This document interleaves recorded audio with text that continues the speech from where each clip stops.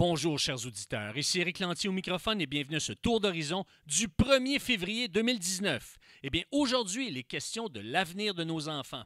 Et oui, mesdames et messieurs, sur la plateforme du Journal de Québec, dans un article intitulé « Ces enfants qui dérangent », Denise Bombardier soulève le fait que les pédiatres du Québec s'inquiètent sur la surmédication de nos enfants. Et oui, au Québec, on retrouve 3 fois plus d'enfants surmédicamentés que dans le reste du Canada. Et ce qu'elle souligne, Mme Bombardier, c'est que le Québec est malade de ces enfants qui crient au secours. Elle est en train de mettre le doigt dessus. Nos enfants sont en train de crier au secours. Et ce qu'on leur donne pour les aider, c'est de la médication. Et vous allez me dire, oui, mais c'est facile de juger. Si tu n'as pas eu d'enfant hyperactif, c'est facile d'être un gérant d'estrade. Mais je peux vous dire une chose, c'est que j'ai des enfants et je peux vous dire que j'ai eu des enfants actifs qui avaient de l'énergie.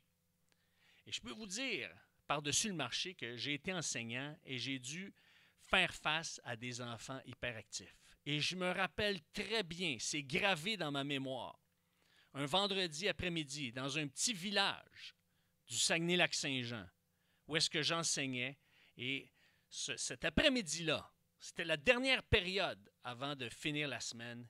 Et cet après-midi-là, cet enfant avait oublié de prendre sa médication. Et je peux vous dire que j'ai subi ce que c'était un enfant turbulent qui n'est pas médicamenté. Les autres périodes, c'était difficile, même s'il était médicamenté. Mais sans médication, c'était vraiment difficile. Ça l'a mis ma patience à l'épreuve. Maintenant, le problème, ce n'est pas qu'on donne de la médication à ces enfants, puisque ces enfants souffrent et amènent certains parents et certains enseignants à vivre une problématique quotidienne. Le problème, c'est qu'on a seulement la médication comme ressource, comme outil. Et c'est pour ça que dans un article qui a été publié lundi dernier sur la plateforme du Journal de Montréal et qui s'intitule « La santé mentale des jeunes », Denise Bombardier soulève 7 questions. 7 questions pertinentes qui pourraient être posées, par exemple, dans une commission d'enquête sur la souffrance mentale de nos enfants. Et je pense que ça serait important que le gouvernement puisse mettre à l'œuvre, puisse mobiliser des chercheurs, des scientifiques, des gens équipés pour répondre à ces 7 questions-là, parce que les réponses à ces questions vont nous donner des pistes pour savoir comment interagir avec des enfants qui souffrent d'hyperactivité ou de santé mentale. Je vous lance en rafale ces 7 questions-là.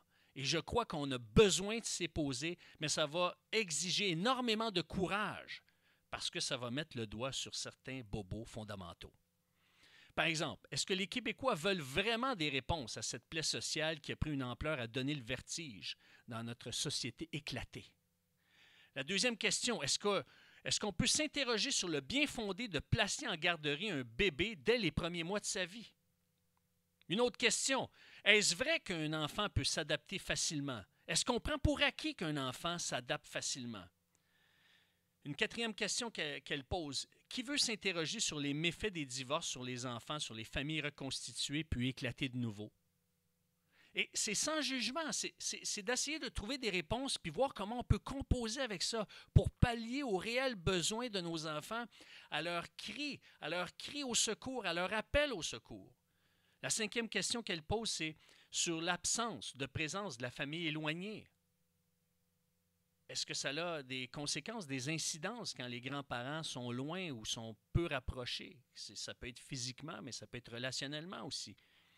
Sixième question, du rôle souvent distant des grands-parents, de l'ignorance chez les enfants des liens de cousinage. Est-ce qu'on peut se questionner là-dessus? Est-ce que c'est important qu'il y ait des relations rapprochées, des relations fréquentes avec les cousins et les cousines? Et la dernière question, elle est plus délicate, c'est justement les nouvelles structures familiales.